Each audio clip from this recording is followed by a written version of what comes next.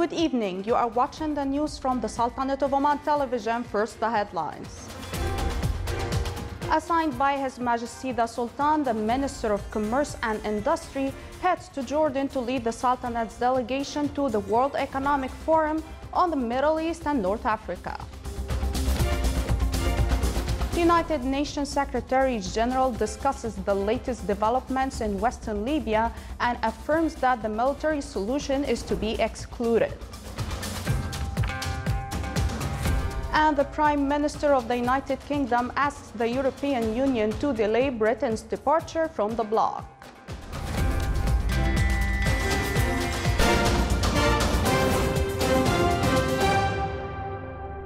Those were the headlines. Now for the news in detail.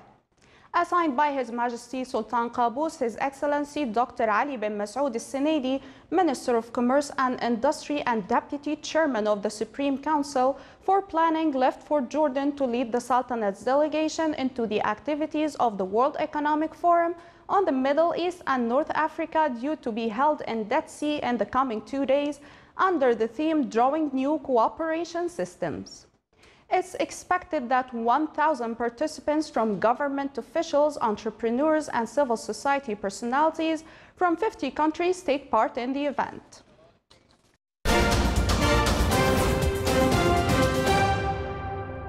Militias in Western Libya vowed today to confront a rival army commander's attempt to seize the capital Tripoli, raising fears of renewed civil war in the oil-rich nation as the UN chief shuttled between the two sides, seeking to avert a major confrontation.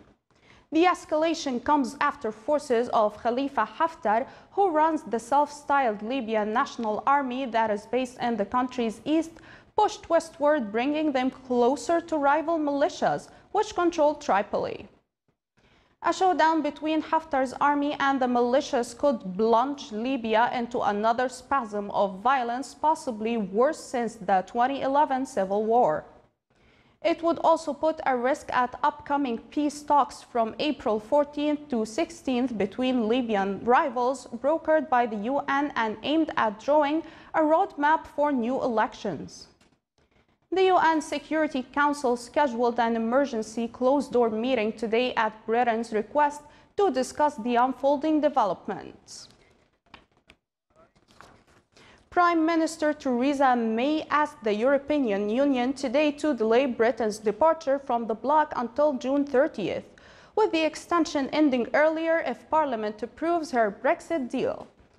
May also told the EU Council President Donald Tusk in a formal letter that Britain would start preparing for its participation in the European Parliament elections in case it's still a member of the bloc when they begin on May 23rd. The current deadline is April 12th, which has already been pushed back once from March 29th because of UK's Parliament's failure on 3 occasions to back the deal May signed with the other 27 EU leaders in December.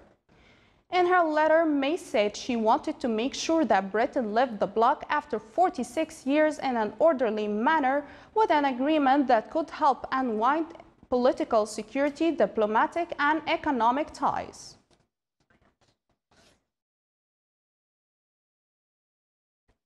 A European Union spokesperson said today no decision has yet been made on a European Union response to the UK Prime Minister's request for a Brexit extension until June 30th.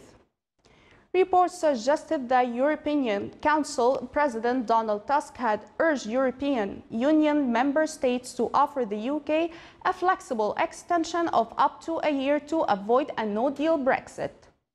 But at the daily briefing in Brussels, Margaret Shenas told reporters that no decision had been taken on a so-called flextension, adding it was up to the EU leaders meeting next week to do so. Shenas was also asked about a tweet by leading Brexiteer Jacob Rees-Mogg, who wrote that the UK should use a long Brexit delay to disrupt EU business. An extraordinary fire engulfed the mountainous region along the northwestern coast of South Korea, killing 1 person and injuring dozens others. The fire killed 1 person and injured 34 others, burning more than 500 acres of land. about 300 houses and buildings. The inferno was caused by a spark falling down from a telephone pole into a roadside in Gosyang, a northeastern border town some 160 kilometers east of the capital, Seoul. Fanned by strong gusts of wind, the flame rapidly spread into the nearby mountainous regions, encroaching on the NG County and cities in Gangwon Province. As the blaze rapidly closed onto the residential areas, as many as 4,000 people were ordered to evacuate overnight. Firefighters had difficulty putting out the fire because of the strong wind and the darkness, and it made it impossible for firefighting helicopters to scramble in the mountainous region. More than 70% of the flames in 3 other areas were reportedly removed today afternoon. Over 17,000 personnel were sent for the firefighting and rescue operations.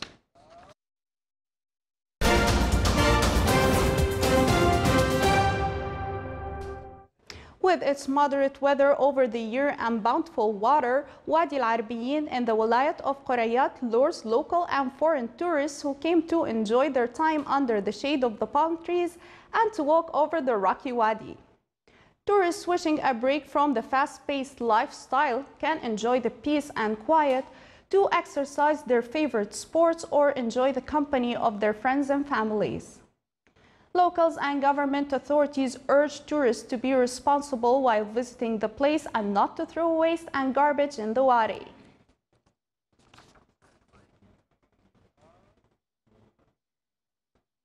Niyabat of Hamra Duru and the Wilaya of Ibri concluded the second traditional camel festival, which took place in Rifash Camel Course. The race aimed at encouraging camel owners and breeders to maintain their connection to their lineage and heritage in one hand, and encouraging them also to raise camels as a sustainable economic growth. The traditional camel festival attracted many camel race enthusiasts and hobbyists who produced their best breeds of camels to compete against each other in the race course.